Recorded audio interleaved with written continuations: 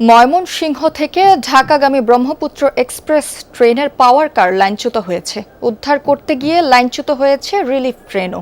সকাল ৯টায় ময়মনসিংহ স্টেশনে ঢোকার সময় শহরের ইটাখোলা বাইলেন এলাকায় এই ঘটনা ঘটে।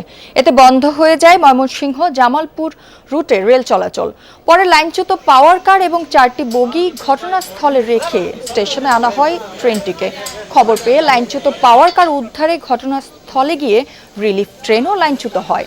তবে ময়মনসিংহের সাথে অন্যান্য রুটের ট্রেন চলাচল স্বাভাবিক রয়েছে।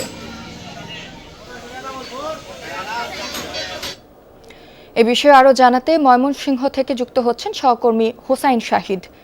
শাহিদ, লাইনচ্যুত পাওয়ার কার উদ্ধার কার্যক্রম কেমন দেখছেন, আর উদ্ধারকারী ট্রেন লাইনচ্যুত হলো কিভাবে?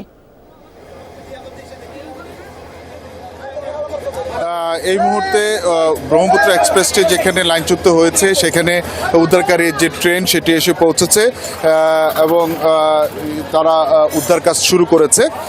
এই উদ্ধারকারী রিলিফ ট্রেনটি যখন লোগোশেড থেকে বের হয়ে ঘটনাস্থলের দিকে আসছিল তখন ময়মনসিংহ মেডিকেল গেট নামক এলাকায় কিন্তু তারা ওই উদ্ধারকারী ট্রেনটিও লাইনচ্যুত হয়, তার একটি বগি। তো সেই বগিটিকে রেখে উদ্ধারকারী ট্রেনটি ঘটনাস্থলে এসে পৌঁছেছে।